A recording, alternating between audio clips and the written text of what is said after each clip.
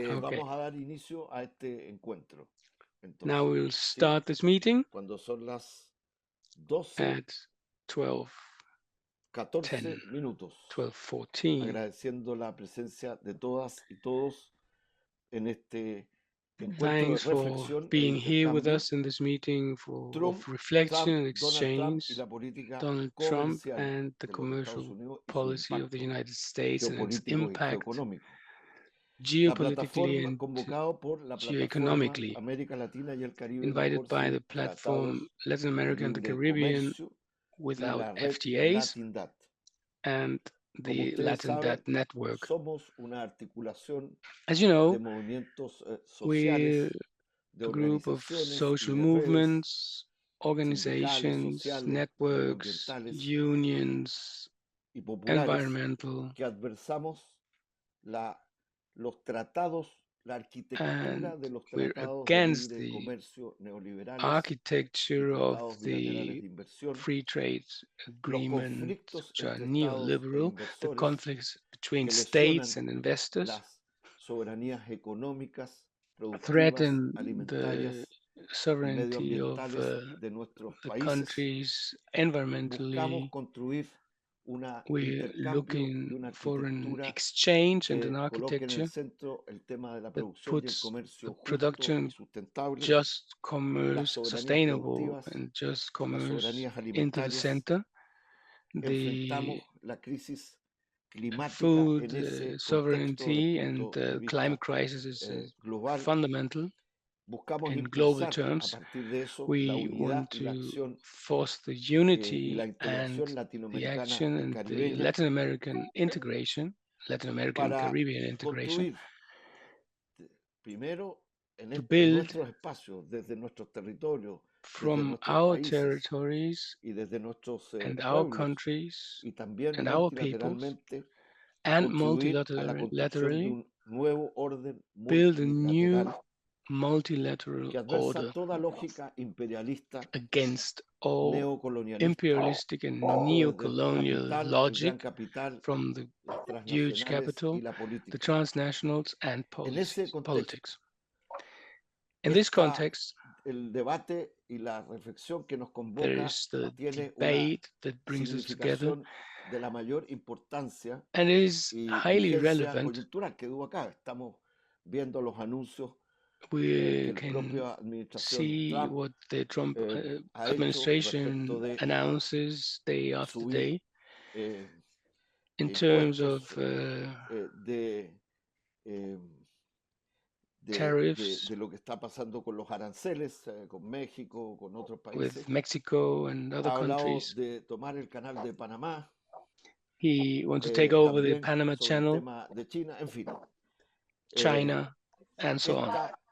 En estos momentos la historia está en curso y este es un tema que está History en is curso moving, y and justamente it's a por eso topic quisiéramos agradecer that is muy en particular y moving fraternalmente too. a nuestro amigo, And I want to compañero thank our Tom friends, Cruise, Tom Cruise, quien tiene una larga trayectoria de trabajo y compromiso con nuestra América Latina y el who Caribe, has long-standing quien es work director del with Latin programa America and the Desafíos Caribbean. He's the Globales director de of the Práctica program Democrática de Global la Fundación Challenges of Hermanos Democratic Rockefeller, entre Practices otros, of the Rockefeller y a quien le Foundation. hemos pedido, agradeciéndole en nombre And de la plataforma we y de asked Latindadd, him, thanking que him nos from ayudara a the organizar platform and esta Latindadd reflexión to y este intercambio, organize this reflection and junto con exchange quienes él nos ha together propuesto y que tenemos with the el people agrado he has y, proposed, and it's a y pleasure agradecimiento de su presencia, Quinn Slobodian y to count on Tobita the presence of Chow,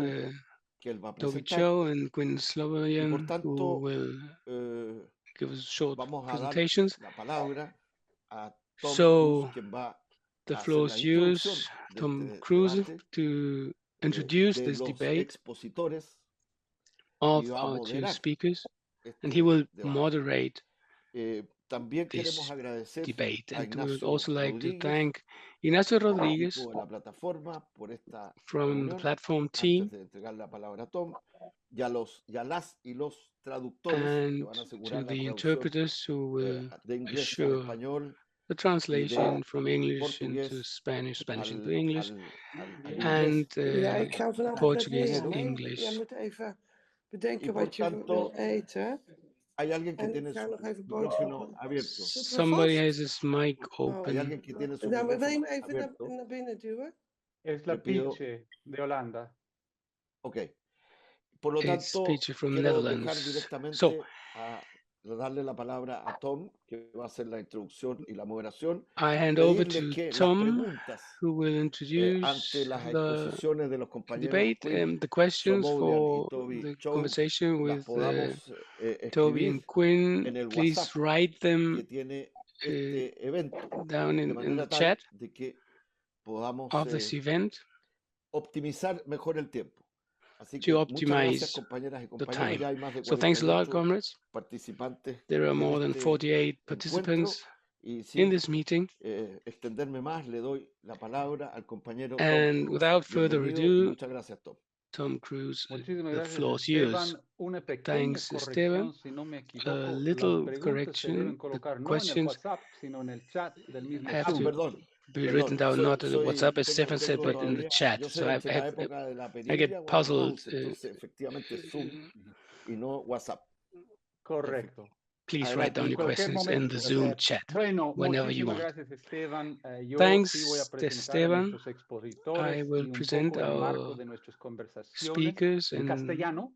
Luego voy a in pasar a Spanish, moderar la reunión en inglés and then I con will ellos. moderate this En meeting lugar de in English. exposiciones preparados y So leídos, this is not real vamos a ir a presentations forma un which poco de are read, entrevista, but más si lo we quiera, más will have ágil kind of an con nuestros interview invitados style durante unos to 40, have 45 kind of minutos, more los agile dos, conversation, para luego abrir el espacio a las 45 preguntas que minutes, se and van then we generando open the y que floor vayan for colocando questions, en el chat de aquí which del you can Zoom. write down in the chat. Yo también quiero extender mis agradecimientos a la I would also plataforma, like a to thank the Esteban por la platform, iniciativa, Esteban, a for the Latindadd, initiative, a nuestros Latindadd, expositores, our a speakers, Ignacio por la parte técnica y Ignacio a todos for ustedes the por technical su part, and gentil to all of you asistencia hoy for día. your Una gentle notita corta sobre los participation. antecedentes de este evento. En A conversación note poco on después de las elecciones, the history of this elecciones meeting. estadounidenses con Esteban, él me planteó In la necesidad de conversations about profundizar the elementos elections in the sobre United qué States, es lo he que said that it viene would be y sus interesting posibles to see implicaciones para la which región elements relevantes are para los to be temas que nos coming convocan hoy día.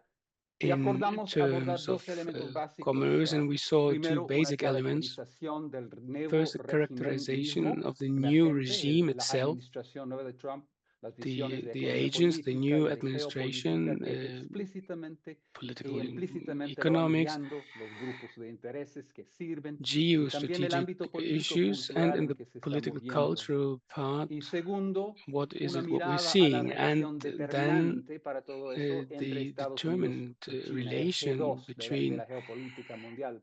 United Los States and orígenes China, the recientes, G2, evoluciones desde la crisis the económica y current financiera del 2008-2009, developments tocando after the financial continuidades, crisis rupturas y también lo 2008-9, que se puede with continuities vislumbrar and hacia futuro ruptures, para el nuevo and régimen what emergente en can we Estados Unidos. expect for the future? Obviamente hay muchos elementos, otros elementos por Obviously, analizar, there pero are vimos many como more oportuno elements to be empezar analyzed, but con estos we thought it dos. would be interesting to start Bueno, with desde these esa two issues. conversación con Esteban hace semanas atrás, Starting with that hemos visto conversation weeks una ago with verdadera Esteban, avalancha de there acciones was an emanando de Estados avalanche Unidos. of Los actions in indultos the United masivos para los States, criminales del 6 de enero de 2021, letting los free the decretos criminals supremos from del the Poder 6th of Ejecutivo, January, ampliando ese poder y cubriendo todo el abanico de de los the ámbitos de la política en power Estados Unidos covering y a nivel practically global. all the political Agresivas issues acciones in de the United despidos y States, aggressive desmontaje del sector actions, público en Estados firing Unidos, people el from the anuncio y public sector, confirmación ayer de aranceles del announcement and 25% a confirmation los of socios de la 25% USMCA o tariffs. NAFTA. Es que no pude hoy, tuve que madrugar. Viernes la traigo. Perdón, alguien. Ajá. Sí. Y un Somebody has 20% opened the de mic. aranceles a la And China. 20% Claros los tariffs for anunciados sobre China. Panamá, Canadá y Clear Groenlandia. announcements on El giro Panama, dramático en la relación Canada, Rusia-Ucrania y etcétera, Greenland, etcétera, etcétera. Greenland, Por cierto, la etc. agresividad y la abierta crueldad de ese Aggression, despliegue de acciones está cruelty of diseñado these para actions is marearnos, designed asustarnos, paralizarnos. to De ahí la necesidad threaten de ir us, más to allá de la paralyze urgencia us, And we have to go beyond más complejo, pero a la vez the más news. It becomes more urgente. complex, but Para also ayudarnos even hoy more día con urgent. esa tarea, This is contamos our con task for dos today, destacados analistas and y therefore we have activistas de two Estados Unidos. important En primer lugar, Quinn Slobodian, analysts, profesor de Historia Quinn Internacional en la Slobodian, Escuela de Estudios International Globales en la History Universidad de Boston. in the University of Codirige el Boston. proyecto Historia y He Economía Política. leads the Forma parte del project Consejo History de and Redacción del Political American Economy. Historical Review. Y ha He publicado una works serie in de the libros de las más has importantes published desde mi punto de vista several books. One of the de most los libros important publicados en inglés sobre el neoliberalismo. books El on primero, neoliberalism Globalistas, el in fin del English, imperio y el nacimiento del globalism, the neoliberalismo. end of the Y más empire, recientemente and escribió Crack Up recently Capitalism o el Crack Up capitalismo Capitalism, fracturado, radicales de mercado y el sueño de un mundo sin the democracia, dream donde of a world analiza without democracy, los where he analyzes utopías de los tecnolibertarios de the crear zonas utopia of autónomas, the perforando techno-libertarians, soberanías y áreas protegidos de la democracia, donde los dueños, entre destroying the comillas, pueden manejar protected areas territorios of y economías a su gusto. democracy. En las páginas introductorias de dicho In libro the figura el introducing caso de pages, Próspera en they're talking Honduras, about un tema que no nos es the ajeno a case of este grupo. Prospero in Honduras. Poco después de las elecciones del 2024, Quinn comenzó After a the analizar election y describir para 2024, todos Quinn nosotros a las analyzes and fuerzas describes convergentes y the divergentes en converging torno a la and presidencia diverging de Trump forces en sus in aspectos económicos, Trump's políticos y presidency in culturales, economic, notando political, and alineaciones, cultural aspects, fricciones y looking for posteriormente frictions, profundizando alignments, and then he gets deeper en un reciente artículo del New York in Review a of Books. recent article in Mientras the habla, New York voy a ir Review. poniendo links a estos libros y los I artículos will para que lo puedan revisar después. write down the links in the chat También con to nosotros the está articles. Tobita Chow, Then there is fundador Tobita y Chow, codirector founder, de Justice is co-director Global, of La Justicia es Global, Justice una is Global, organización no gubernamental en Estados Unidos que an aboga y NGO in the lucha por United una States economía mundial fighting justa y sostenible for y por el fin de just los and sustainable nacionalismos de derecha. economy worldwide Tobita and es uno de against of los más right-wing destacados nationalisms. He's críticos one of the most important progresistas y uso en el sentido estadounidense de la palabra del crítico del auge del progressive conflicto de las grandes potencias entre Estados Unidos y China criticals, y la amenaza and que he's estas working on potencias the relation suponen para la between the política United States and progresista y China and democrática. what kind of threats Sus artículos sobre estrategia, exist. internacionalismo y la His relación entre articles Estados about Unidos strategy and están the relation ampliamente between publicados China en The and Guardian, The Nation, etcétera, United y otras States have been revistas y published in the periódicos en Estados Guardian, Unidos. the Nation. Actualmente, Toby es At director de current, Política y he's the Estrategia del Colectivo director in 128, una politics and fundación strategy climática in en a Estados climate Unidos que foundation. afirma que el poder organizado de la It says clase that trabajadora es the la clave organized para confrontar power la of the working crisis class is climática clue mundial. El trabajo de to Toby en el colectivo se face centra the en la climate política federal crisis. His estadounidense, work is el internacionalismo centered in the climático federal y las policy in recuperaciones de las the United crecientes States tensiones and the relations geopolíticas, en of the particular entre Estados Unidos y China, geopolitical sobre la acción tensions, climática especially en el between sur global. United Bueno, States sí, and China. muchísimas gracias tanto Quinn So thanks a como lot, Tobita por Quinn and estar con nosotros Toby, hoy en la for mañana. being with us this morning. Now I'm going to switch to English. I hope everybody is hearing me in Spanish and Portuguese. So Quinn, I'm going to start with you. Talk for about 15 or 20 minutes to lay out sort of the landscape that you've been studying and writing about recently. You have, I think, sort of an evolving map of the interest groups in and around the Trump administration. Could you please sort of rehearse the contours of that map, some of the key ideas, people, positions in governments, and some of the business and economic interests behind them? Sure.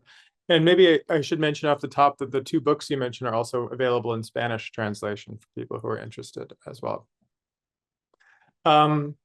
Yeah, I think it helps to take a bit of a medium-term view on this. So I think the rupture, especially on matters of trade that we're looking at, we should track back to 2016. And 2016, I think the strong challenge to a free trade consensus was brought not originally by Trump, but by Bernie Sanders as a candidate for the Democratic nomination.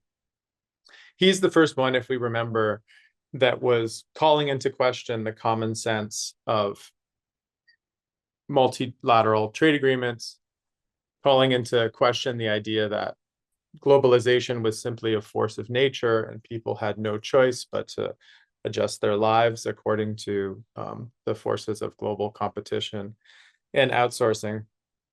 And that even was a very serious challenge to the dominant rhetoric of both Republican and Democratic Party at that time. He was the first person to shine a light on the regional inequality being produced by China shock, NAFTA, etc. When he was squeezed out of the nomination, first of all, Hillary Clinton picked up part of his politics and made it part of her own in a mild, watered down way, coming out against a trade agreement, the TPP, that had previously been assumed to be an automatic pass through. Then Steve Bannon, being a wise campaigner, took this message from Bernie Sanders and handed it to Donald Trump. And Donald Trump, who is a very effective puppet when he is given the right lines and the right ideas, was able to mouth and put forth a kind of criticism of free trade globalization that was very emotionally evocative for a lot of voters.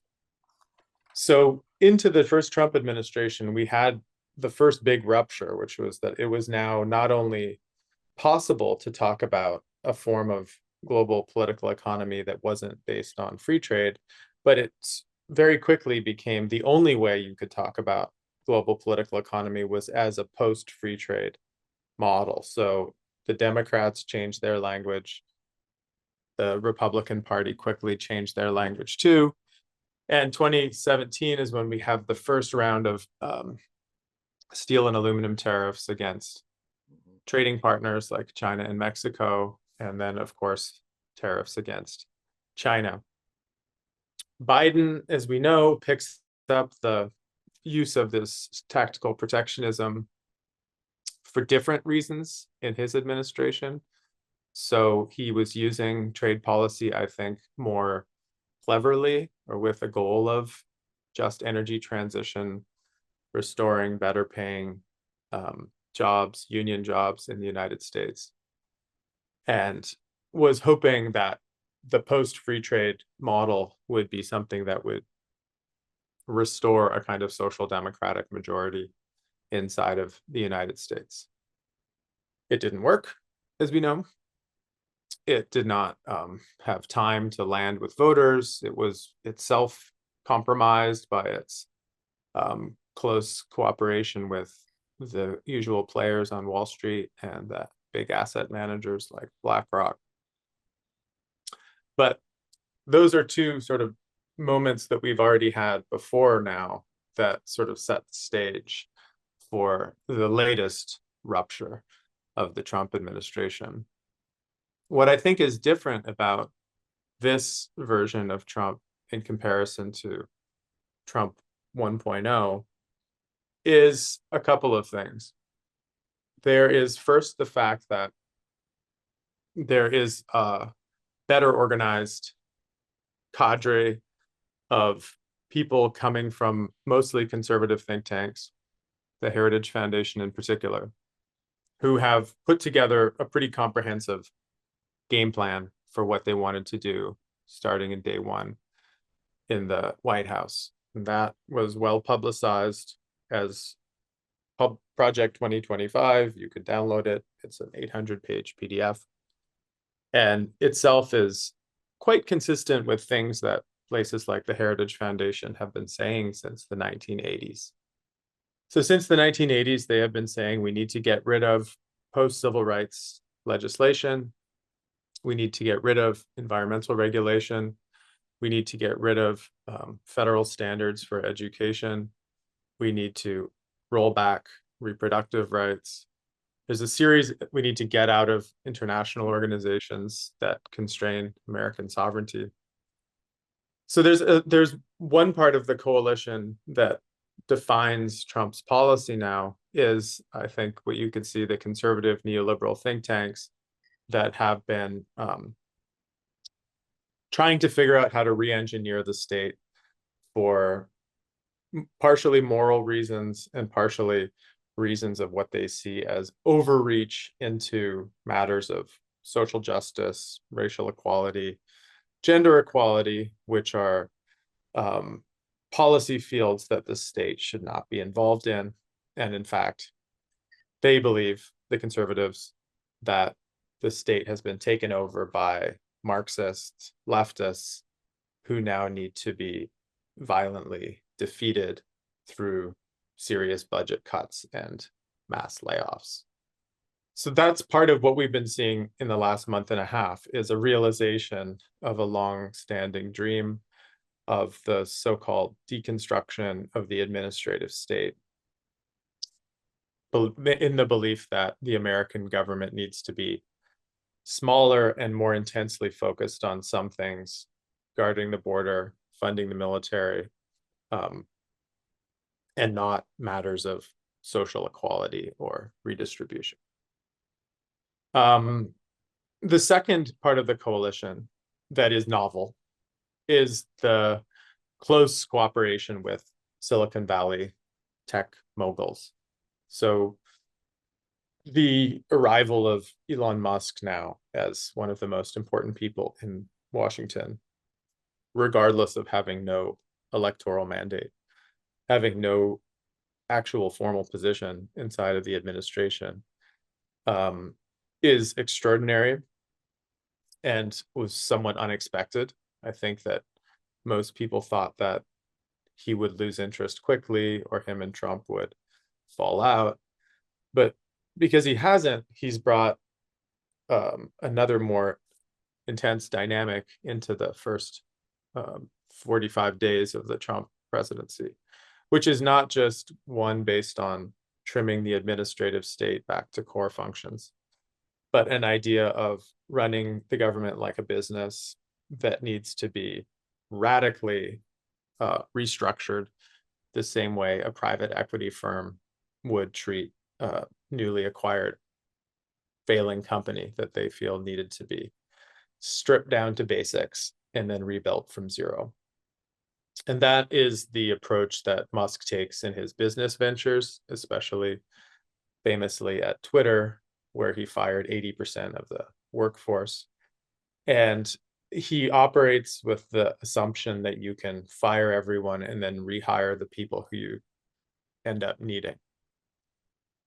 Obviously, he has no idea what he's doing in an enormous, monstrous bureaucracy like that of the federal government, but that's not stopping him.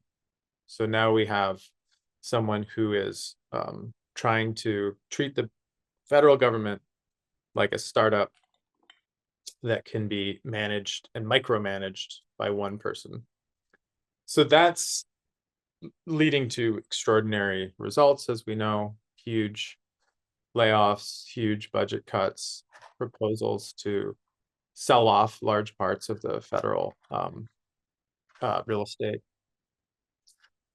Third, I think even more novel is not just treating a government like a business or deconstructing the administrative state, but there is another aspect there that is more associated with what you could call right-wing accelerationism.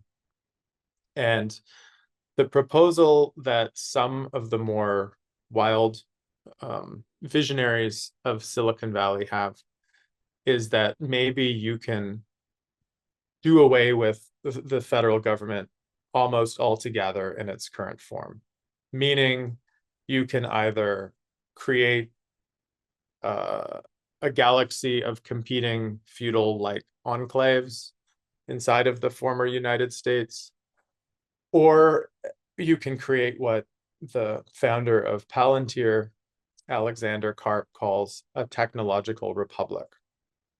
So I don't know how many people know this, but the #1 bestseller in the United States right now is written by a close associate of Peter Thiel named Alexander Karp.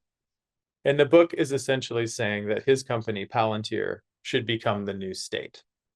So you should no longer have traditional bureaucracies or decision-making by humans, that this can all be substituted by tech, software and AI tools that will make the decisions better with less money and more efficiently. So that's the part of the Trump project that Trump himself has no comprehension of. I mean, Trump does not know he doesn't, I believe until very recently, he didn't know how to write an email, maybe still. So he has handed over the large part of the vision of what his administration is doing right now to people who he has no ability to understand the intentions of. And that is, I guess, the most startling part of this is that the idea that Musk is effectively the co-president now is not something one expected, knowing Musk's erratic behavior and unpredictability. This is not really a good position to be in, nor is it one that I think is very easily explained through the normal flow of the development of the Republican Party over the last couple of decades.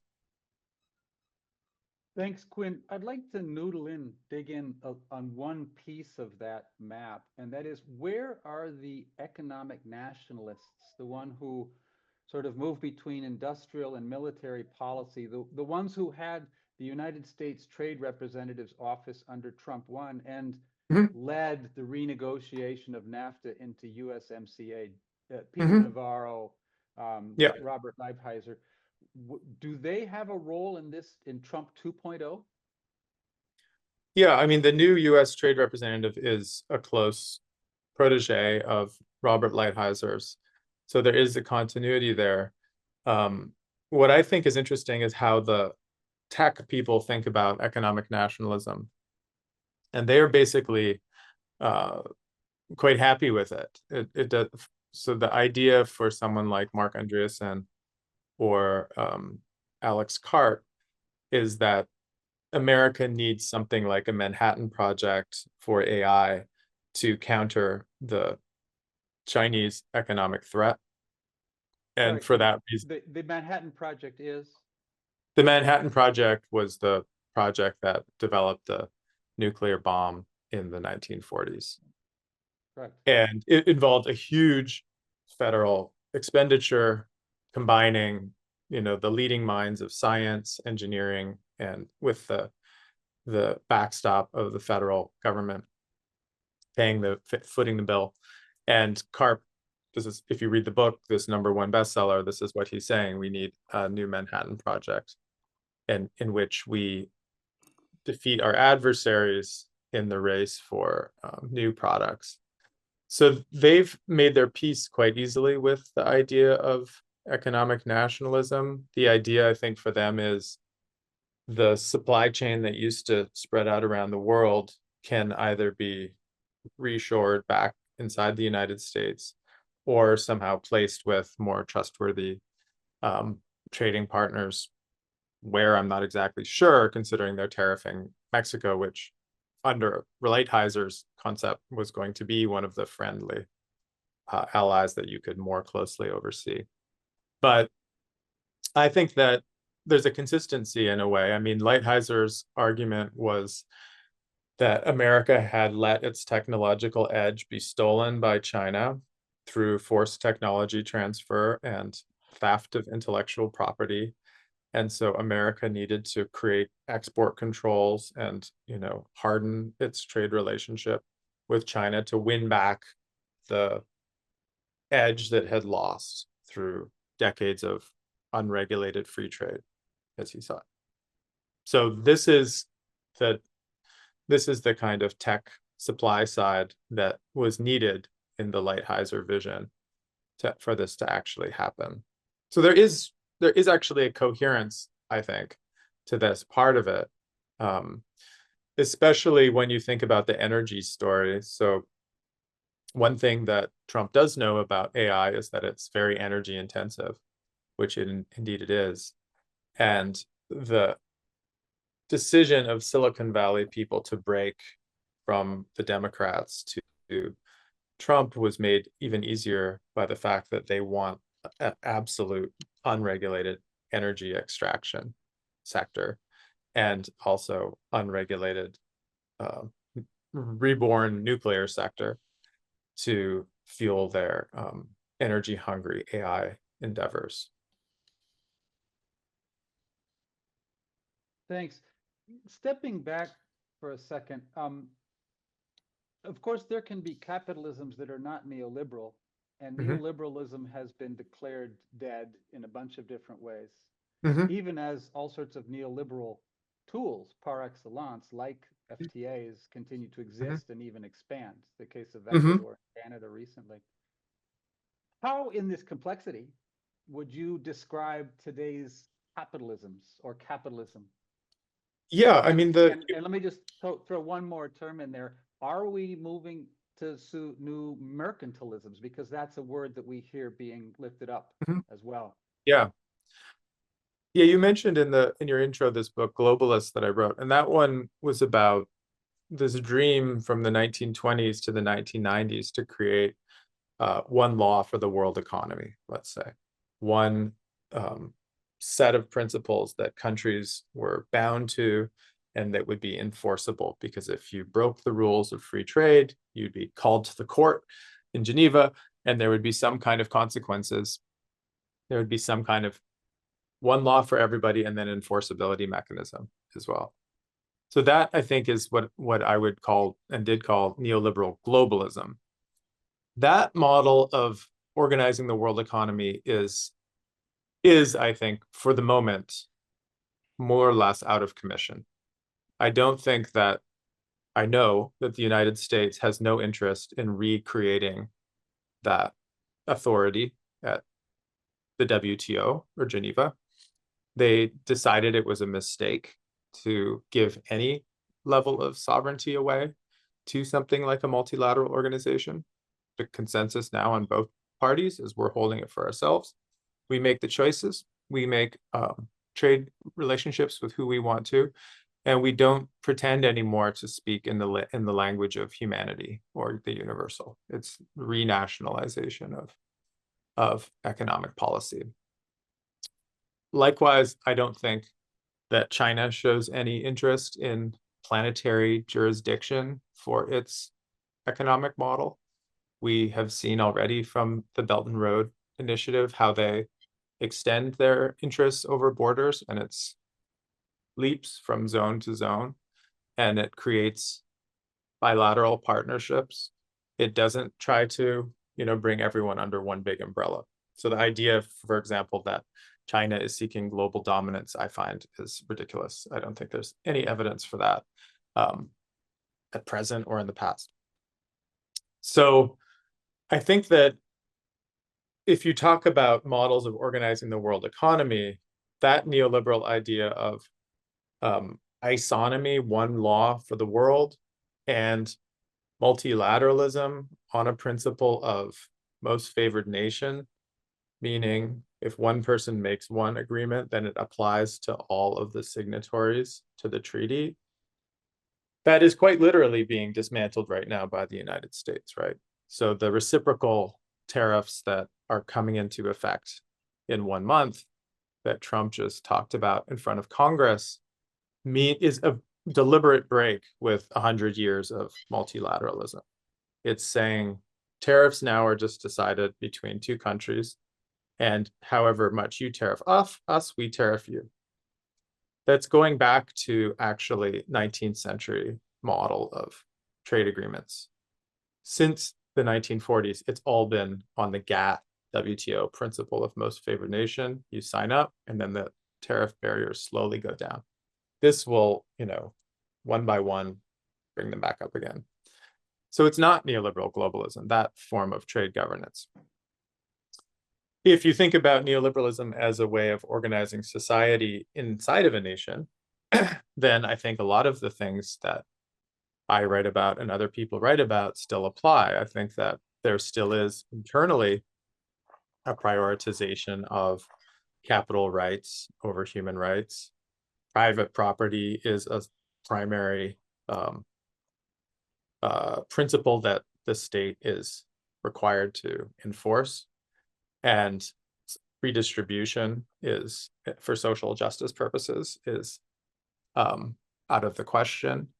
So the state is operating inside the United States still as a very, I think, neoliberal entity, basically, prioritizing competition and private ownership over collective decision-making or redistribution. But externally, I think we're in a different territory now. And so that's worth trying to understand. So I can say one more thing about that, which is that one of the core principles I suggest in that book, Globalists, about neoliberal globalism, is that there are these two ways of thinking about the world in terms of imperium, which is a world of states and people and sovereignty, and then dominium, which is a world of things and goods and capital. And neoliberal globalism was about states protecting capital. So imperium existed, but it was there to make sure that dominium was always primary. So you could invest one country to the other. If something happens, you can sue that state for your profits to be returned. If you have a free trade relationship, there's something above that's the guardian of capitalism that operates above states. With things like Panama, Greenland, Canada, this is not a neoliberal way of acting. The idea that states can just step across borders and crush the principle of sovereignty on a political mandate alone is taking us back again to, I think, a geoeconomic arrangement that is pre-20th century. It's very familiar from the 19th century. Speaking to a bunch of people in Latin America, know very well that the borders of nations were very fluid for the American intervention forces. But since 1945, it's been an accepted part of the global order that borders had some standing and some consistency, and you could not simply claim to annex a nation because you thought it was good for your business interests. I mean, that's unusual. So I do think we need to, at a level of global governance, we need to start thinking about different categories. Yeah, thank you, Quinn. I'm just going to ask you one more question before going over to Tobita, although there are too many. We will have to bracket the immigration question, I think, for a moment. Maybe we can come to that later, because the movement of people in this new era is going to be a big thing for a whole bunch of reasons. But let me just ask one more that's sort of more trade related, and that is, how shall we think about tariffs and deals? Because they appear both as a geopolitical stick, as a punitive instrument, but they also appear as generators of revenue. They come with economic trappings as well. Number one. And number two, we're seeing deals being done. So first of all, Trump threatens Panama, claims it's China. And then we see just this week that the BlackRock, Hong Kong owners of the ports at the entrances of the Panama Canal have sold out now to a U.S. major corporation. So all of a sudden, what was just talk has now become actual deals being done. And this is not trivial as we think about Ukraine, as we think about the Congo, the other places where there's this convergence of precious minerals, assets, and geopolitical conflict. Tell us about your thoughts on that. Yeah, I mean, I think that another of the particularities of the way that America did empire from 1945 until 2016 was it cloaked its self-interest in a language of universalism, right? I mean, this was the typical way that America operated. We're not doing this just for America. We need to, protect the security of the region. We need to make the world safe for democracy, as Wilson described it in the 1920s. So what's unusual, I think, is the abandonment of that pretense. And as Anatol Lieven said recently, made an interesting point. He said that for a long time, it was very easy for critics of American foreign policy, because you would say, just point out the hypocrisy of US rhetoric. You say you're doing this for humanity, but actually we see it's for this material interests. But what happens when the United States now just doesn't even say it's doing it for humanity or human rights? It's just like, no, we're doing it for material self-interest. That's it. So what? So that, as we say, I don't know if it's a saying in English or in Spanish, but mask off, right? Like removing the pretense and just saying like, here it is. Here's the face of power. What do you think? Is disorienting, I think, for many people, especially, you know, critics and people subject to American power. And when it comes to things like tariffs as bludgeons or battering rams, then even there, the old language would be in the 1980s against Japan, for example. The language would be, well, it's unfair competition. We need a level playing field. Therefore, we need to, you know, keep out Japanese automobiles or semiconductors to create more pure competition. Trump would never say something like that now, right? He would just say, you're ripping us off, buy more of our stuff, or else we'll annex you. It's a real, like, it's a real mix-up with expectations of how political rhetoric is supposed to operate. And practically speaking, I think you're right, and many people have noticed and observed this, that it is a negotiating tactic where you say something ridiculous, like, we're going to annex Ukraine or Canada, and then everyone is shocked. And then you do something that is still ridiculous, but is something short of the extreme. And then everyone is at least relieved that you didn't do the ridiculous thing. So that's what you described in Panama, threatened to colonize it. And then instead just force Hutchison, which is the big Hong Kong port operator, to sell to BlackRock. And then everyone thinks, oh, okay, he stepped down, but he still actually did something pretty extreme, which is, you know, pressure a company in a foreign country to do something that they didn't want to do. Canada is the same. I mean, my guess with Canada is that he will back down from tariffs after getting some extraordinary concessions about access to Canadian minerals and rare earth somewhere in a way that satisfies him.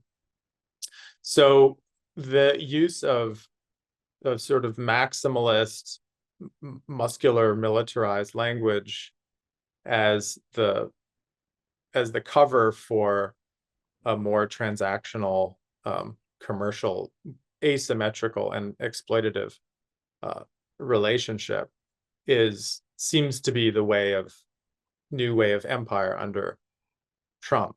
And I think we're just trying to get used to that. Thanks, Quinn. Sorry, I can't resist. And Mexico? What do you think the Trump play is for Mexico? I mean, it's an interesting one, right? I mean, as some people have observed, Sheinbaum does seem to have a kind of, whether it's because she's used to dealing with men and has had success in doing so with like big personalities, but she seems to be able to operate him much more effectively than, for example, Trudeau. And he said even recently now he started to use as part of his stump speech that he had a conversation with Sheinbaum, and she said that they don't have as many drug users in Mexico as in the United States. And he asked why, and she said, well, we have strong families and we have a very good anti-drug advertising campaign. And Trump then said that he's now allotted tens of $millions for this new advertising campaign that I guess I'll be seeing on a billboard near my home soon, showing addicts, as he says, with their skin falling off and their teeth falling out. So, you know, this combination of family values and being tough on crime, which he admires, obviously, in someone like Bukele in El Salvador, as well, might be the basis for a better working relationship. But I mean, you can't, practically speaking, you can't bring the whole supply chain that's south of the border back inside of the United States. So I think that one is something he'll just have to accommodate to. Great, Quinn. Thank you very much. I hope that this generates some questions soon in the chat. I certainly have a couple. Thanks. And Tobita, over to you. Before we sort of jump into where things stand today, and Trump has announced 20% tariffs. We've seen a very clear and forceful response from the Ministry of Foreign Affairs in Beijing. But before getting to that, I was hoping you could give us a little bit of the background from your perspective of continuity and rupture in the relationship between the Obama administrations, Trump 1, Biden, and where we are today. Just a little bit of background to think about the U.S.-China relationship today. Yeah, I think 2008 and the financial crisis was a real turning point in the relationship.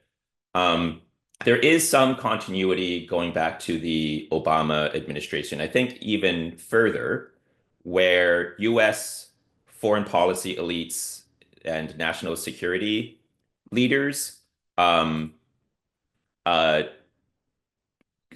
believed that China was an increasingly important challenge to U.S. power. And this was connected to ideas that Asia had emerged as the top source and most dynamic region of the global economy, a top source of future global economic growth. And so it was in the interests of U.S. capital and U.S. empire to assert itself more powerfully in Asia and counter the big player there, which was China. So that happened in the Obama administration. They announced what they called their pivot to Asia. Hillary Clinton announced a big plan about how they would refocus U.S. foreign policy and international economic strategy on Asia to counter China. They never really pulled it off under the Obama administration, however. There were too many other competing concerns in Europe and the Middle East and so on.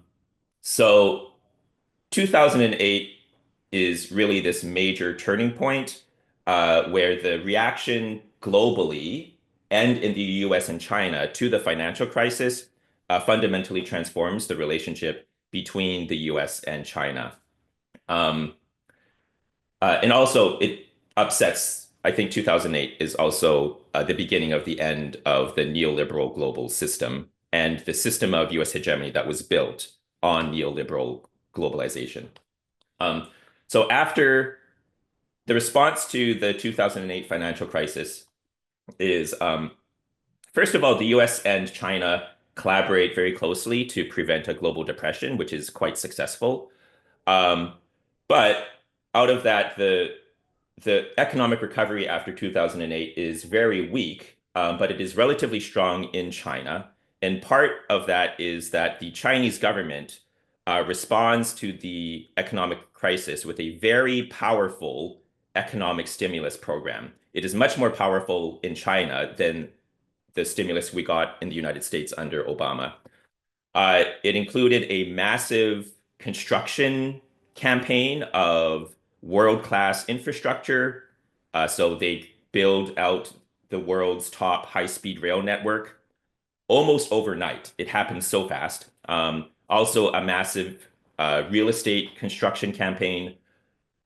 It was very successful in giving China a much better recovery from the 2008 crash than most of the rest of the world and better than the United States.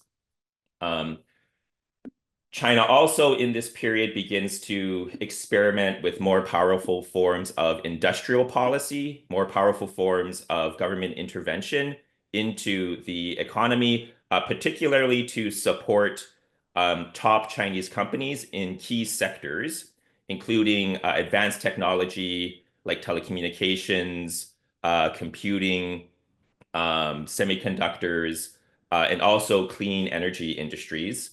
And these are now all the economic sectors that are the most important in the rivalry between the US and China. And so what happens in this period of sort of the 2010s is that the Chinese economy begins catching up to the United States, and there's a lot of discourse, anxious discourse in the United States about how the Chinese economy could become the world's top economy. But specifically in key sectors, you see Chinese companies begin to climb up the global hierarchy to compete with US companies. So, you know, when neoliberalism flourished, China was an important part of the neoliberal global economy and also an important part of the business strategies of US multinational corporations. And all the economic activity, all the factories in China were plugged into the supply chains, the global supply chains that were controlled by US capital. You know, factories and companies in China were part of business models that were controlled by US companies. What happens in the 2010s is that some Chinese companies start overturning that hierarchy. They begin outcompeting US companies within China, and then they start outcompeting US companies in global markets. And that is a fundamental threat to the structure of US hegemony built on neoliberal globalization. Like that system depended on US capital remaining at the top of the global hierarchy, and now Chinese companies in key sectors are overturning that hierarchy. And I think that makes once that process gets underway, starting in around 2010, that makes a crisis in the US-China relationship eventually inevitable. And that crisis comes to a head under the Trump administration. Obama does not deal with it in any effective way. Trump comes in and takes a hard anti-China turn in US economic policy. Quinn talked about the tariffs against China. There are also, we saw the beginning of more targeted attacks on key Chinese companies. For example, the biggest one was against Huawei, a Chinese telecommunications company. This is one of the big Chinese champions that had emerged in the 2010s to rival companies in the US and also in other US allies in Europe and so on. Huawei displaced Apple in global smartphone sales. Huawei was the top provider of 5G wireless technology. It had become a major player and a threat in some key technological sectors. And so Trump launched some very severe attacks and restrictions on Huawei. There were legal attacks. There were severe restrictions on Huawei's ability to access US technology because there was still some pieces of US technology that Huawei was entirely dependent on. And in the short term, dealt a very severe blow to Huawei, although they have since recovered significantly. Those sorts of attacks on key Chinese companies in advanced sectors, combined with the trade war that he launched against China, those are two key aspects of the anti-China nationalist turn in US policy under Trump. And then when Biden comes in, the Biden administration basically keeps that whole anti-China playbook and then escalates it further. So this anti-China turn in US policy is, I would argue, the most influential thing that Trump did in his first term in office. And he, so much that he did was very controversial, but this became common sense across both parties in US politics. There are still arguments between Democrats and Republicans about how you counter China, but the overall playbook is adopted by both parties. So Biden keeps the tariffs. He maintains the restrictions on Huawei, and then he adds a bunch of new restrictions he launches this chip war, which is this effort to undercut the semiconductor industry in China, institutes extremely severe restrictions on semiconductors in China, both exports of semiconductors to China, but also crippling the ability of the semiconductor industry in China to catch up and become a global leader. So yeah, so those are some of the continuities, but also the breaks going back to Obama, then 2008, and then the shift in the global economic hierarchy that then Trump begins to take care of. Thanks, Tobita. Super important about that shift. Yeah, and Trump 1, continuity to Trump 2, and Biden. You've also shared with me your mapping, if you will, of thought in the United States about China. And I think you identified 3 categories: the establishment hawk faction, the militarists, the tech bros and financiers from Wall Street, and then a new sort of Monroe Doctrine 2.0 strain of thought. These map fairly well, I think, to some of what Quinn was putting down. But if you could just rehearse those for us, again, what are the groups of interests and articulated geopolitical discourse in Washington right now about China? So that first category, the establishment anti-China hawks. First of all, a lot of those individuals, before 2016, they were diehard committed neoliberal globalists. And then they very quickly converted into extremely nationalistic anti-China hawks. It was remarkable. It happened so quickly. They just completely flipped over their worldview in this way. Their perspective is, so first of all, they combine concerns of economic competition between the United States and China with concerns about national security competition and military competition. So those 2 sets of concepts get combined in their minds such that competition with Chinese capital becomes a national security issue, and the presence of Chinese capital becomes a national security threat. So that leads to efforts to sort of expel Chinese capital from the United States. So Huawei does not exist in the United States. They've taken significant efforts to make sure that Chinese electric vehicles, EVs, do not have a presence in the United States on the grounds that that is a national security threat. That logic, they then extend to other parts of the world where they see areas of the world outside of the United States that they perceive to be strategically important. They also see the presence of Chinese capital in those territories as a national security threat. And the Panama Canal and Greenland are both on that list. So those are on Trump's list of places to annex. Those are also places where there's long-standing discourse in the US ruling class worrying about the presence of Chinese capital in these 2 strategically important areas. That is discourse that goes back through the Biden administration and Trump's first term.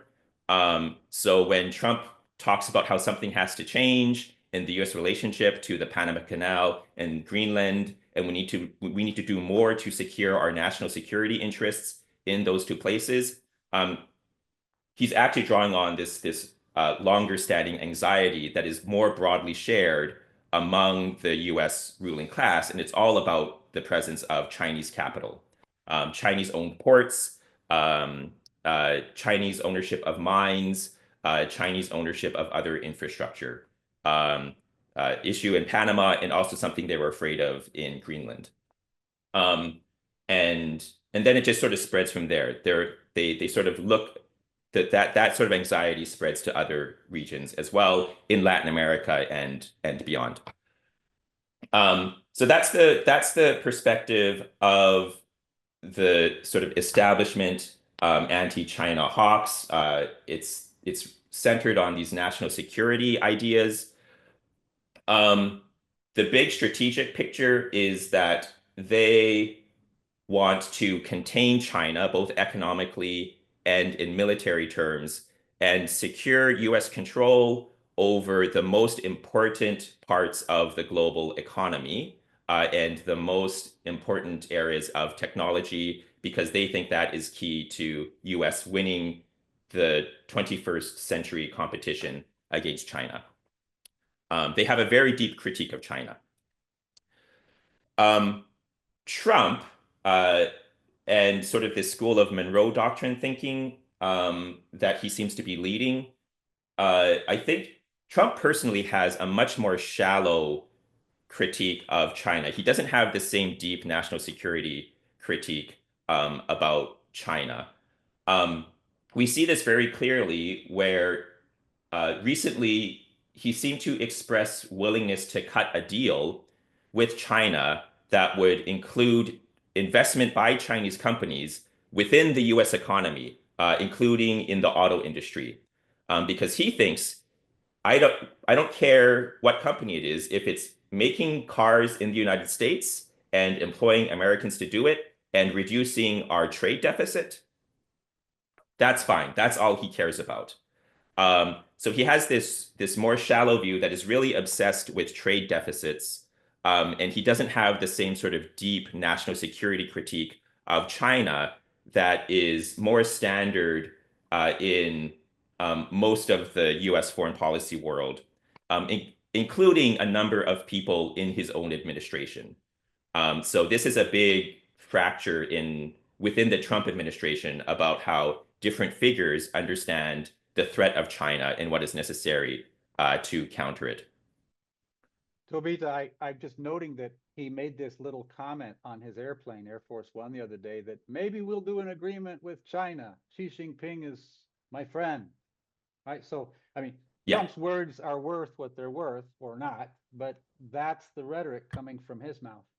Yeah. The other part of his thinking is, and it is expressed very clearly there. It is also expressed in how he's dealing with Ukraine and talks to Putin. He seems inclined to create sort of a cartel of great power strongmen, imperial bullies, where each of the imperial bullies will claim its own imperial sphere of influence in which it has priority and can do whatever it wants. So Putin can claim Ukraine and bully Ukraine. Trump wants to claim the Western Hemisphere and bully other countries in the Western Hemisphere. And I think he's inclined to let China have a sphere of influence in Asia and do what it wants there. So the great powers will split up the world into these spheres of influence, and they'll be friendly with each other. They'll respect each other as peers. But within the different spheres of influence, they would bully the weaker countries. I think you can add Erdogan, Modi, and Netanyahu there as well. Yes, exactly. Yeah, totally agree. So Tobita, and just quickly, this third group that are a little different than the first two, the Hawks and the Monroe Doctrine cluster, that you called tech bros and financiers. What's their slightly different interest or perspective on China?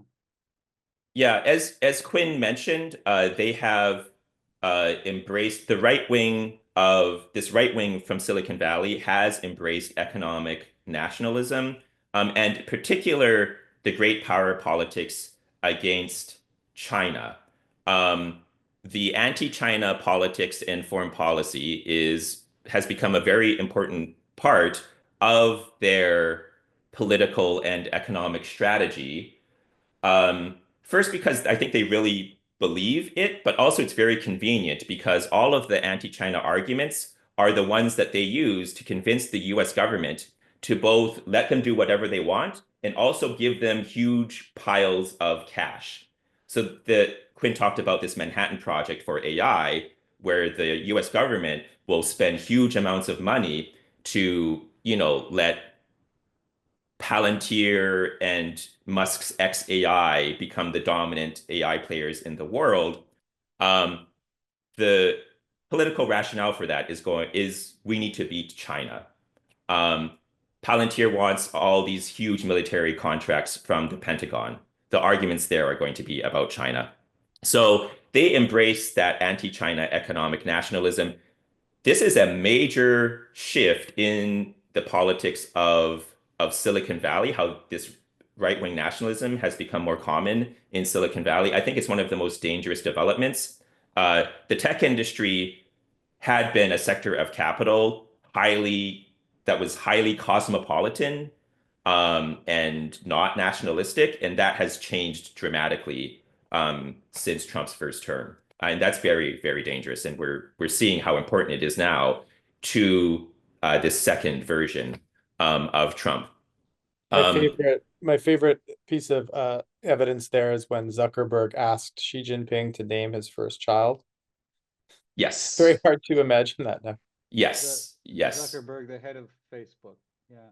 Yes. Listen, some good questions are coming in now. So I'm just going to ask one more quick question for both of you, and we'll try to keep it very simple, quick answers. And it's very early days, but can you give us some early thoughts on what you think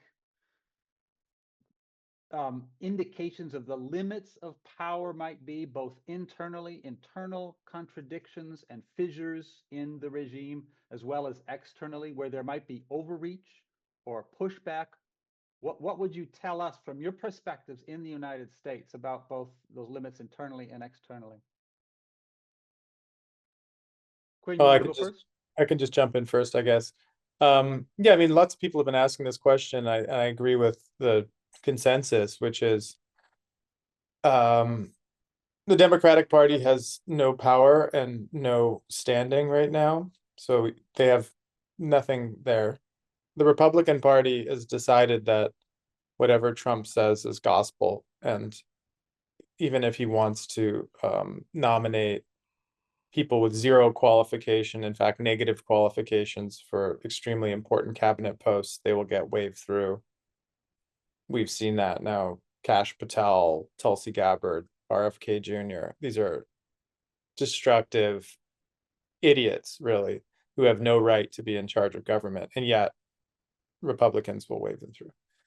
The courts are unlikely to stop any of this. Today, the news is that the Supreme Court voted by a very, very slim margin, 5-4, that USAID should still be compelled to pay for projects already completed.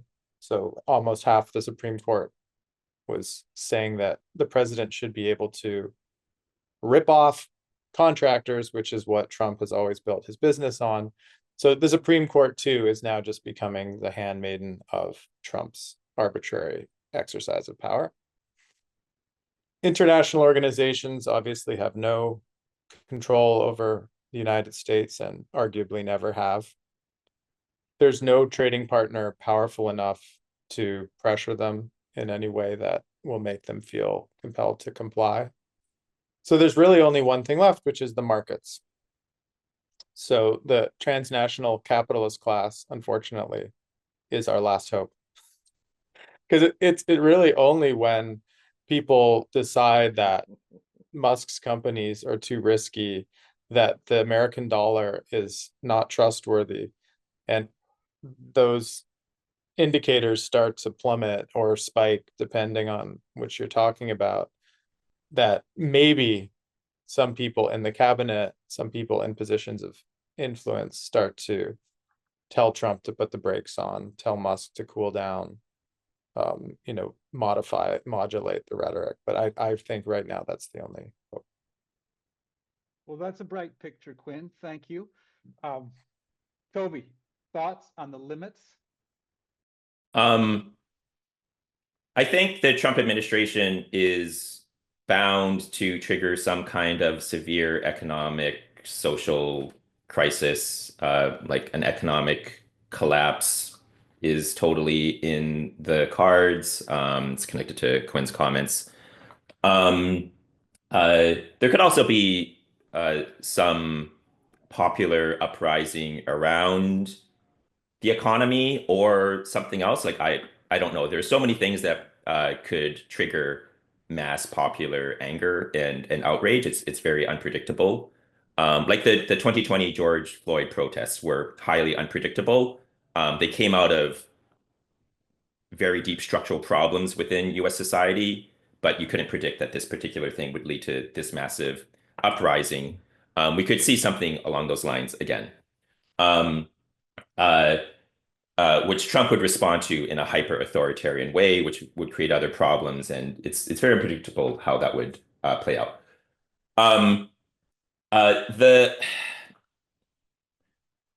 There are potential crises that could emerge around Trump's turn towards imperial bullying as his main mode of doing foreign policy, and the ways that he is destroying everything that remains of US hegemony. US hegemony is done. I don't think anyone's going to put it back together again. I think in his meeting with Ukraine's President Zelensky last Friday, that was the moment when it was just completely beyond repair. That's going to create real problems for how Trump tries to project US power globally and protect US interests globally. Quinn talked about how Trump is taking the mask of universalism off, but that mask was important to the logic of US power on the global stage, and taking that off has consequences for how the US can protect its interests internationally. And I think there are potential crises that Trump could run into there. Escalation, let's see. I mentioned that Trump wants to create this cartel of the great powers, each of whom will have their sphere of influence. That is not, he thinks, Trump believes, I think, that is a strategy for peace between the great powers. It'll maintain peace between him and Putin and Xi Jinping and the others that Quinn mentioned. I don't think that is a stable configuration. I think it will blow up in Trump's face. It could blow up within this current presidency. Um, the forced sale of in Panama of Hutchinson is a pretty drastic act. If Trump continues to pursue that kind of tactic, at some point it's going to start to seem to China's leaders like Trump is just going around expropriating China's investments in other parts of the world that it finds economically and strategically important. And that will have to trigger some sort of response from China's leaders. Um, and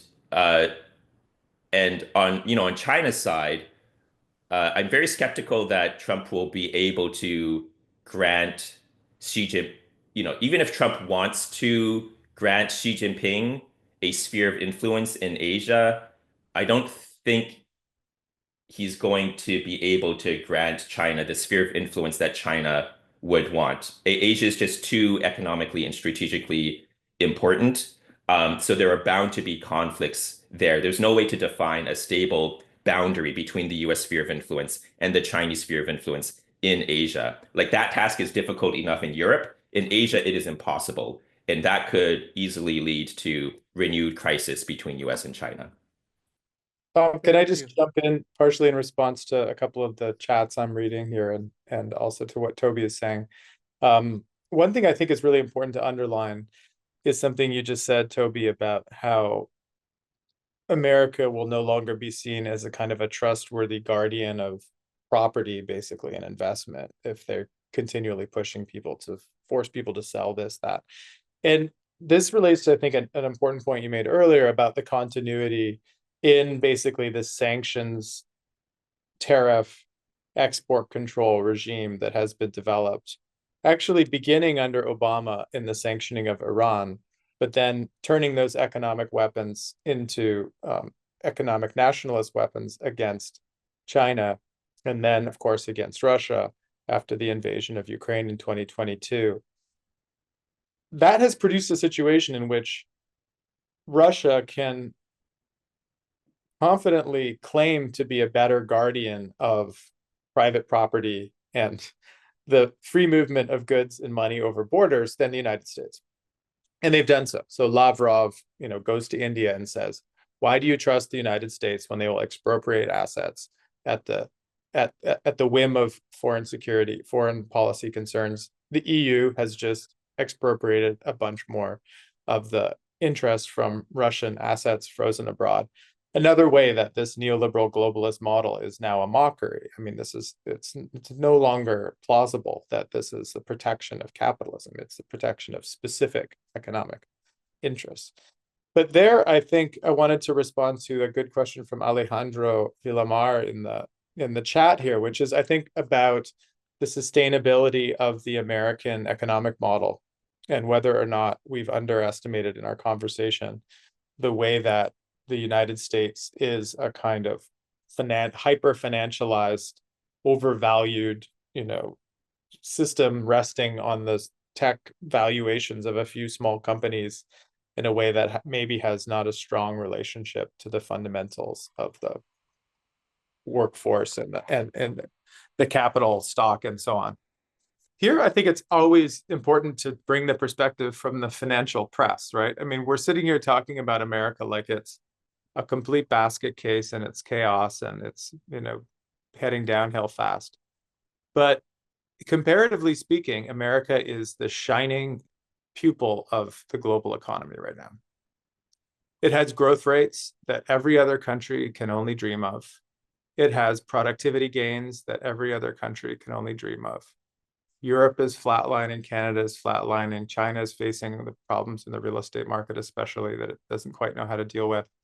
America, by economic standards, is an extraordinary power. How? Well, partially through the very things that we see as weaknesses, squeezing the last drops of labor out of a precarious workforce, refusing any kind of social guarantees or protections, allowing for people to move their capital very quickly in ways that sometimes does find more productive uses. So I don't know if America, in the normal kind of Marxist leftist knee-jerk critique way, is somehow about to collapse economically by its own contradictions. I don't think it is. I think that actually it's working from a very strong base, and what it's going to do with that power is the question. And I think we're all concerned for good reasons about its misuse of its power. And one thing I find really interesting of what Toby is saying is the difference between hegemony and domination. So what makes hegemony hegemony is that it operates through consent. People are hegemons because other people, without even thinking about it, agree to rule under the power of a single actor. When you lose consent, and that's why I think it is significant, the moment that Toby is describing in the White House with Zelensky, is you need to start resorting to domination without consent. And that's not a good sign for a power, actually. That's a sign of weakness. And so I think I see the problems of America not so much in their economic structure. For all of their cruelties, it's actually a very effective economic model.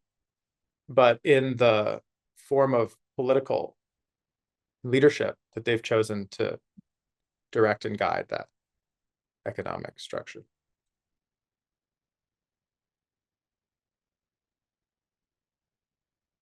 Thank you, Quinn and Toby. I'm going to switch to Spanish just for a second to direct myself to the organizers here. Esteban, estamos a los 90 minutos. 90 minutes over, Esteban. 15 minutos. Shall we do 15, 30 minutes more, or what do we do? Hay algunas preguntas. I think so. There are some ha habido questions. con los compañeras y compañeros de Argentina un apagón en Buenos Aires o en las zonas Electricity was afectadas, cut in y se Argentina, tiró in Buenos a Aires, propósito del ultraliberalismo talking about de Milei, ultra-liberalism pero y se cayó from la conexión. Milei. Entonces quería Connection solamente is contarle, down. por eso hay varios compañeros de So Argentina, this is why incluyendo several nuestro Ignacio comrades in Rodríguez, que Argentina, se together cayeron with de la Ignacio conexión. Rodriguez, they were Creo kicked que out of the sigamos, connection. démosle, por favor. Well, Let's then, go on. then we'll continue starting to address the questions more or less in the order that they came in. And so Yeah, I as can do present- 15 more minutes, but I have to go after Okay, that. Quinn, that's fine. And thank you very much for your time. Appreciate it.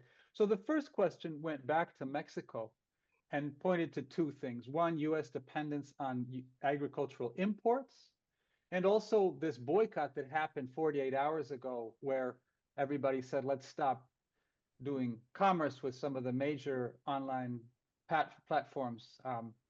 And so the question was fundamentally about Mexico, and do you see in those other kinds of resistance any potential?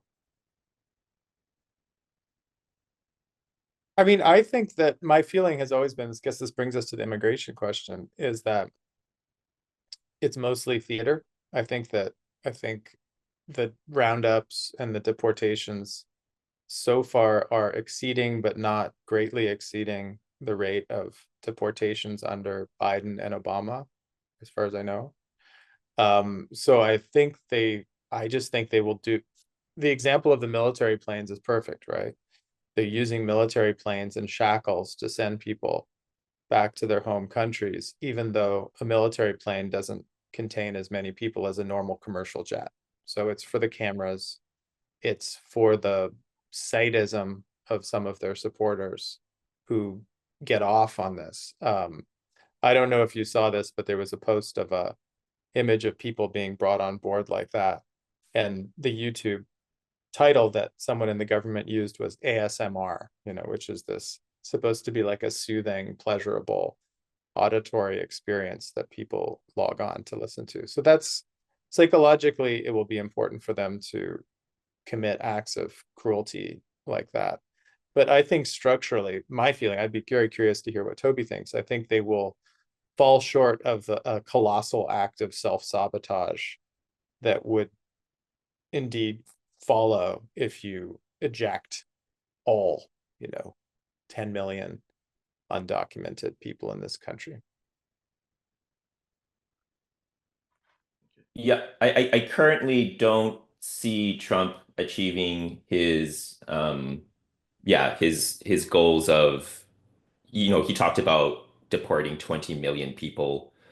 At the moment, it doesn't seem like they're on track for that or even taking that super seriously. Um, uh, like they are doing terrible things, but the scale is not what he talked about during his election campaign. Mhm.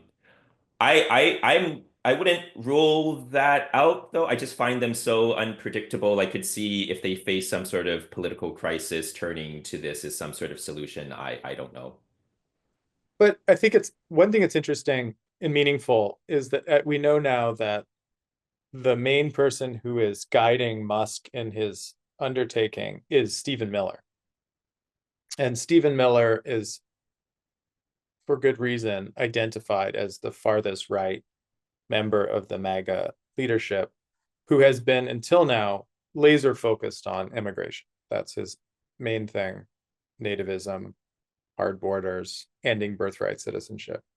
And I think it's interesting that he now thinks that his goals can be better achieved through pulling out the wires of the federal government in Washington than continuing to call for, mass roundups and deportation. This seems to me like a change of strategy that unites the nativists and the accelerationists together rather than being at odds, which is how they're sometimes portrayed. And if you look at Trump's latest talking point about the gold card, which will be a version of the green card you can buy for $5 million, he regularly describes this as something that someone from India, someone from China, someone from Japan could buy, and their employer might buy for them. He said in response to a question that he knows some Russian oligarchs and they're pretty nice people. This is not Bannon type rhetoric. This is transactional commercial rhetoric that is more in line with his true self, I think, than a proper purge at the individual level of every last person in the country. But there's smaller things that are going to make price shocks hit consumers before too long. So for example, seems like a small thing, but there's something called the de minimis exemption, which meant that until recently, as long as an import from China was under a small amount of money, you could just send it in without duties, through Amazon or Alibaba or whatever. And they just took that away. So that means a lot of the daily conveniences that most Americans rely on, which is being able to snap their fingers and get, a shower curtain or shampoo or a t-shirt for very, very low costs, is going to be taken away. So I can see the consumer confidence starting to sink under this battery of policies in a way that might also start stirring discontent.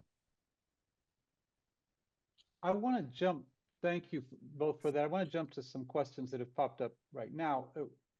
Moving from hegemony to domination would suggest an increased possibility of war.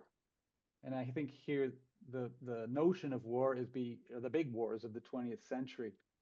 And Toby, in the world of people critical of US-China relations, there's also been notice of the very real threat that this could become not just a trade war, but some other kind of war.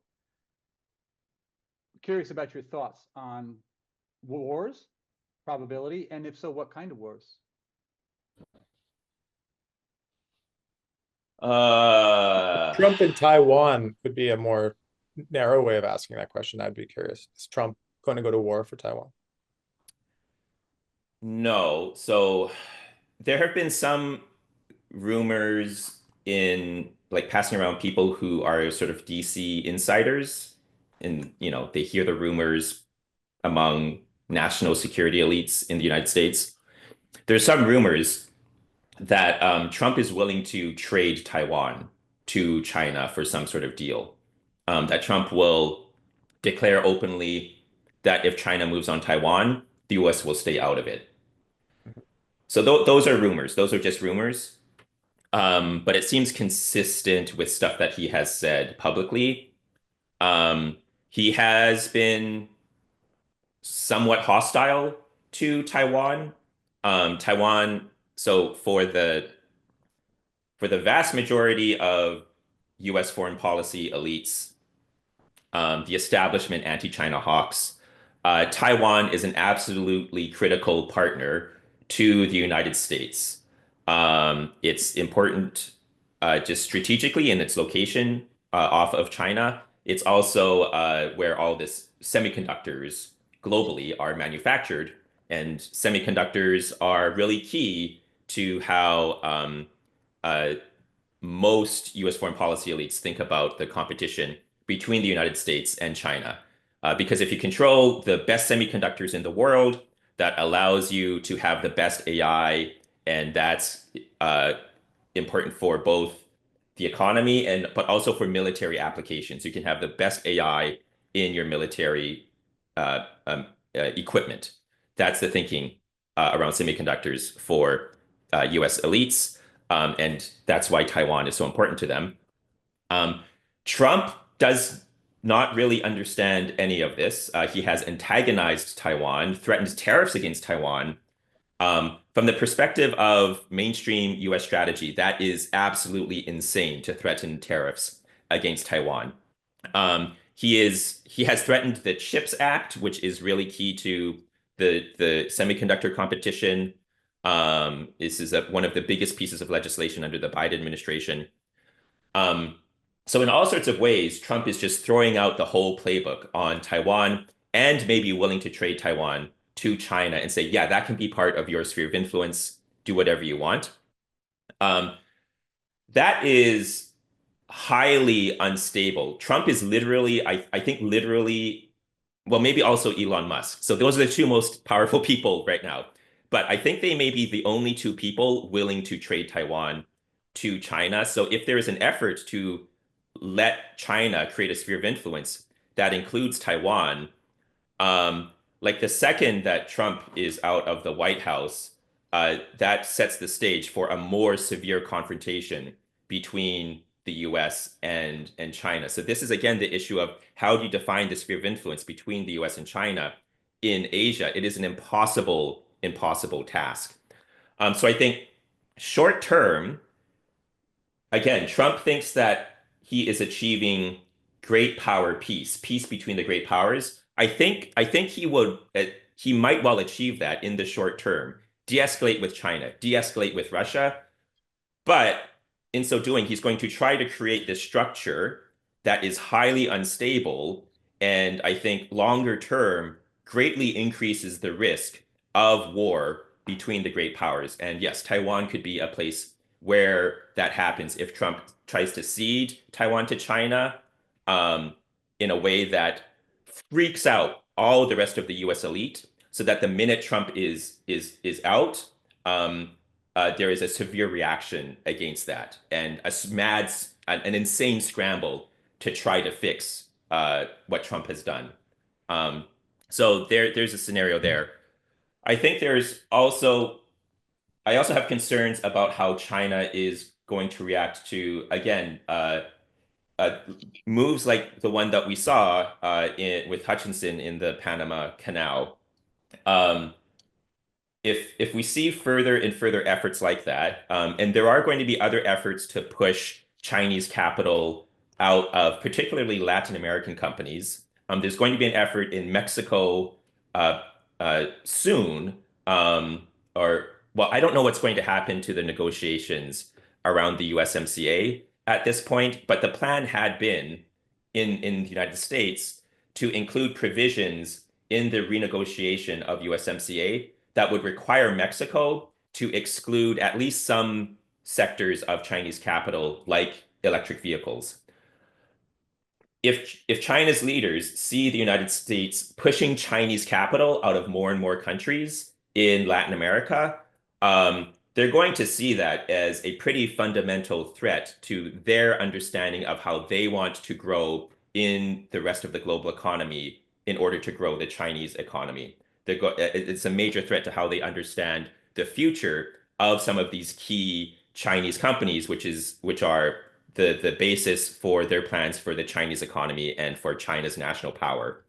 And there could be a pretty dangerous escalatory spiral that comes out of that. And we've mentioned analogies to the 19th century. This was part of the dynamics of 19th century imperialism and rivalry between the imperial powers that did eventually create the conditions that made World War I possible. And we're not doomed to that future, but there is a risk of replaying that series of events. Thank you, Toby. I think we have time for one short answer to one more question, Quinn, before you leave. And I want to redirect us to Alejandro Villamara's question, because he wanted the clarification, even so things are good for US finance, not so good in the productive sector. How does this change, perhaps, or how would you respond to that in terms of your characterization of the US economy going swimmingly? I mean, I don't know the details of the ASPI critical technology tracker that he refers to. I would say that when it comes to tech, there are no real serious challenges from Europe, that's for sure. And in China, for sure, as Toby pointed out, there is clear challenge on cost and efficiency of production of things like EVs with BYD and Huawei and other products. So I don't know. I mean, I don't have privileged information. All I know is that I think that the consensus is still that for all of its faults, the semiconductor sector is, even though located physically in Taiwan through TSMC for the most part, is still driven by American capital interests and control, and they're able to still, they hope, this is their idea, slow down and choke off further advances in things like AI in China by export controls and just stopping the critical components necessary to continue to push out the successes that something like DeepSeek has shown were possible. So he points out DeepSeek, but the point thing about DeepSeek is that it was using American models and just doing it with less compute is the argument, and that compute still requires American components. I am not in the interest of defending the robustness of American capitalism. I'm pointing out what I think are not very contested facts about who is at the cutting edge now. The concern America has is whether or not they can keep it, and I think that's a justifiable concern, and I think they're probably going about it in the wrong way. But I don't think that many people look at kind of Amazon, Meta, and Apple and say America's economy is dying. I mean, these are companies that have figured out products and logistical systems at scale, cloud web storage at levels that definitely nobody else has yet. And the competitors are often creating, replicas and at more efficient in more efficient formats than innovating their way towards new technologies. So I think it's to be determined. I think the question is more, is America making the wise decisions it should be making to secure its advantage rather than expecting that it will somehow crumble by its own accord? But we'll see. Great. Well, listen, Quinn, mindful that you have to step away. Yeah. I'm going to just venture and something and say, let's have you back in a year and we can look. Okay. Yeah, I know that would be really interesting. Yeah, thanks for the things great are- engagement. This is wonderful Yes, conversation. And I think so. I know you have to drop off, Yeah. but we'll stay I'm here gonna for a stop. moment. Okay. So take care, Bye, everybody. Quinn. Esteban, no hemos podido.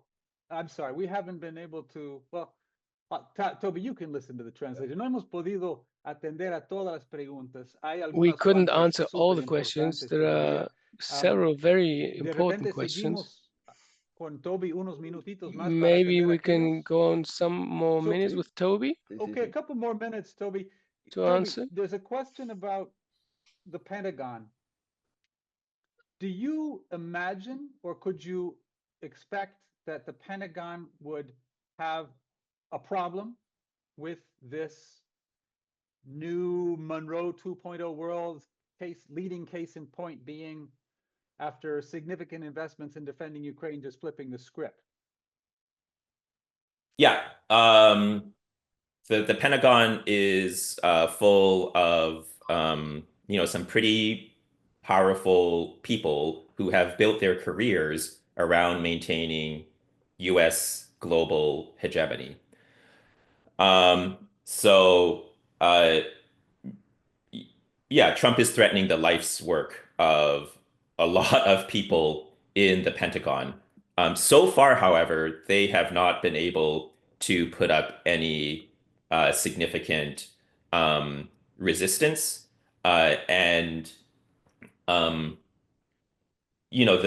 culture of and the commitment, the ideological commitment to civilian control of the military and the president as the commander in chief of the military and of the Pentagon, that's very, very powerful. So I'm not sure that we're going to see any real fight against Trump coming out of the Pentagon or out of the U.S. military, unless it comes to, the one place I could see that happening is if Trump orders the military to do very transparently unconstitutional and unlawful acts, like, attacking protesters in the United States or something that could trigger that kind of crisis. But at the moment, he is pissing off a lot of people in the Pentagon, but they are just taking it.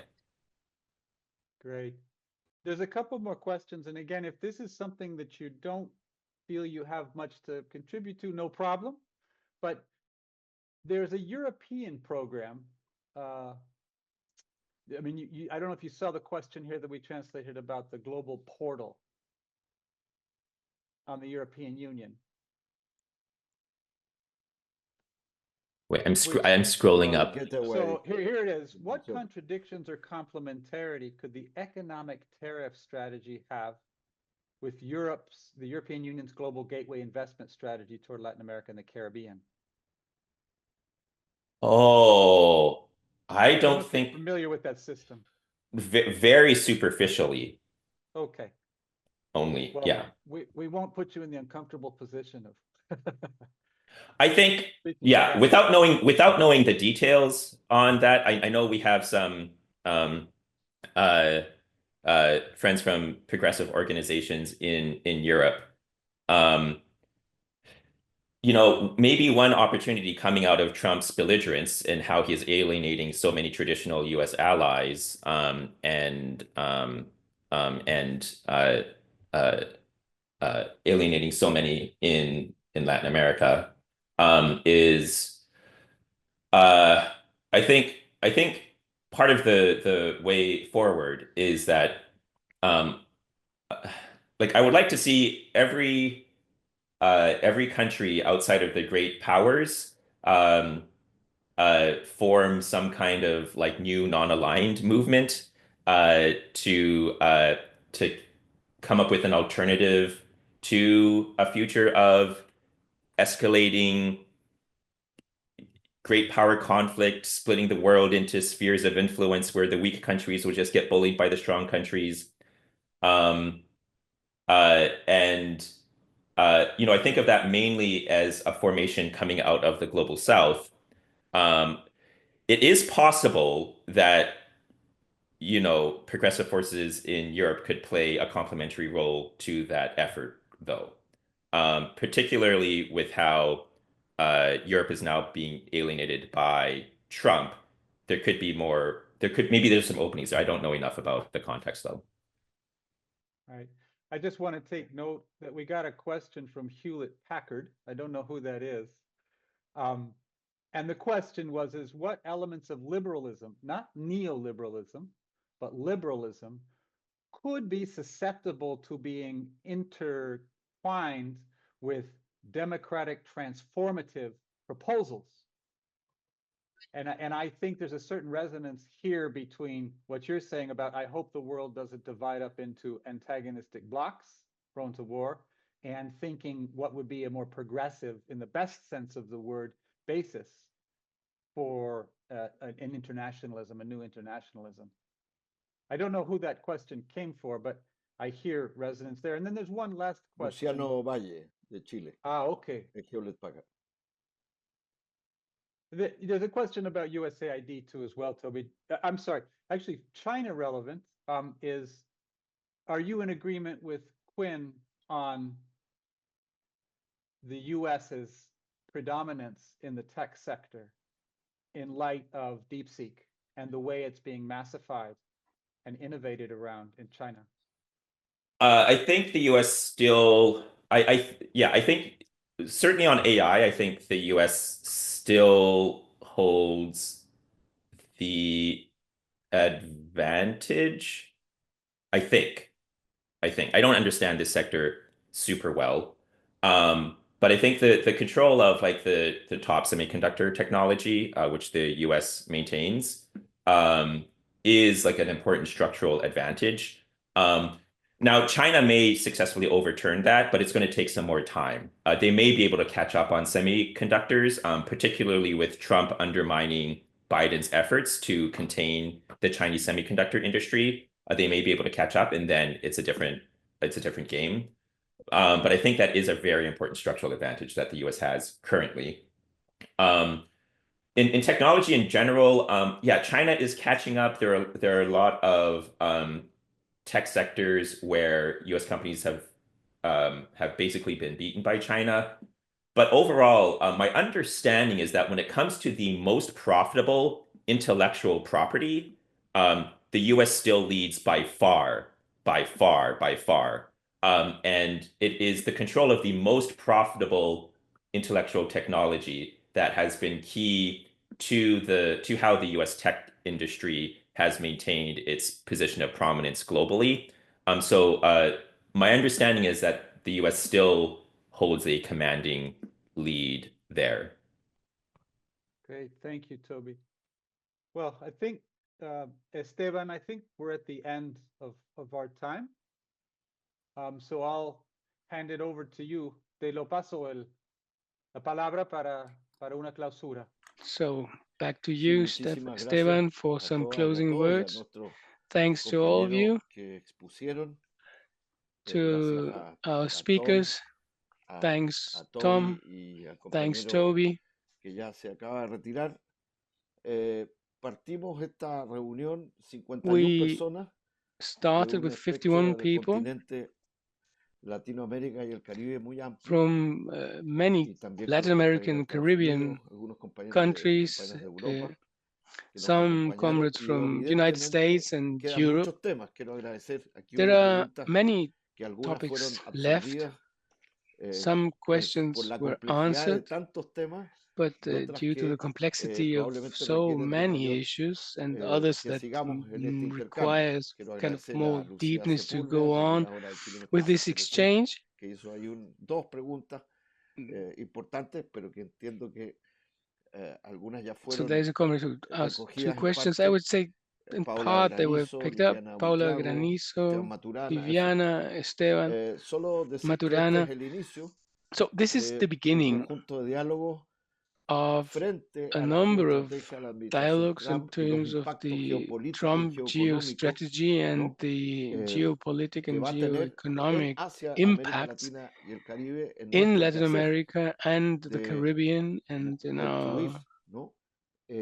work to Economías build our soberanas, complementarias, más sovereign justas, pero economies, también frente al complementary, cambio mundial more just, que but in se opera terms hoy of the día entre un global mundo change multipolar, between a con multipolar Trump a la world cabeza en with Estados Unidos, Trump sus leading it in the relaciones United con el States, resto de los his relations países y de los with the bloques rest of the geopolíticos countries and hacia un mundo geopolitical multilateral blocks, que es incierto turning into a y que multilateral ciertamente, world ¿no? which is uncertain. El tema de la economía, de So la the issue producción, of the economy del of intercambio más production, justo, de la more defensa de nuestros just recursos naturales exchange, estratégicos y bienes the comunes defense of desde el sur our global strategic es uno de resources, los temas the global centrales south, de la is one of the relación central que vamos a tener issues of the relation ciertamente, que en tan pocos días desde que we la will have, administración Trump se instaló, ya ha tenido impactos and que están en after like curso, impactos 2 económicos, months of comerciales, Trump sobre los tratados de libre governance, comercio we've actuales, had sobre so esa many concepción que impacts tiene y on sobre la our geopolítica también, economic relation and eh, also on sin geopolitics. mencionar que hay factores que Without quizás mentioning that there are factors que juegan aquí un rol. Aquí se habló del that sector play a tecnológico. role. Creo que There's los the intereses tech sector, del complejo militar industrial, the military en la industrial relación con la administración area, Trump the y con los relation with the poderes Trump que están ejerciendo administration hegemonía and the hoy día, powers that también es un are tema a seguir creating profundizando porque va a tener un hegemony. impacto en nuestras All sociedades this will y en have nuestras impacts economías, pero también in en la our geopolítica. Muchísimas gracias. countries, Creo que este economies, es and un our politics. Thanks a lot. debate que es el primero I de think una serie que this tenemos que is seguir the haciendo, first ¿no? debate of a Probablemente number vamos a of hacer una debates we will relatoría have. de este debate, va a estar la grabación y también We vamos a will have the sistematizar las recording. preguntas, We will porque creo que son una guía systemize de intercambio the respecto de las questions. exposiciones de nuestros compañeros que hoy día hemos tenido la oportunidad de escucharles. Muchas We gracias had the a todas y a pleasure todos. to Lo importante hear es que our estas presenters. reflexiones Thanks to all of you. The sigan important thing is that un these intercambio reflections permanente will que be nos sirvan part of para a nuestra permanent práctica concreta exchange y al mismo tiempo que nos permitan that are tener helpful for una our everyday practice. reflexión conjunta de And una we should historia go on with que está that joint comenzando con un reflection gran on cambio a global history which is just que nos va a afectar beginning with a y huge esperamos global que lo change más importante es that que nos affects us. permita identificar And las this estrategias, has los to allow us to instrumentos, identify los the énfasis, strategies, las the acciones instruments, the para emphasis, enfrentar the los actions impactos negativos to que face the esto tiene y negative ver las impacts oportunidades this que también has, para nuestro and propio also to quehacer see the opportunities colectivo como in our plataforma, pero collective también en work nuestras as a propias platform, organizaciones but tiene also in este our tema tan own importante que nos organizations. convocó hoy día. This Muchísimas is gracias a nuevamente very, a todo el very equipo que participó en important la topic that has brought us preparación, together a today. Ignacio Rodríguez, a la Thanks for compañera y a los everybody who compañeros has traductores, worked with us, Ignacio y Rodriguez, ciertamente un Mr. Tech, aplauso, un translators, aplauso por esta vía a a todos hand cada for uno, y all of ciertamente a you, los compañeros, a los tres compañeros que nos and the permitieron esta reflexión que 3 esperamos se repita. comrades that Así que muchas have allowed gracias us to a have that todas y reflection. todas, We nos hope to vemos. be Y this to adelante. be repeated. Gracias a todos.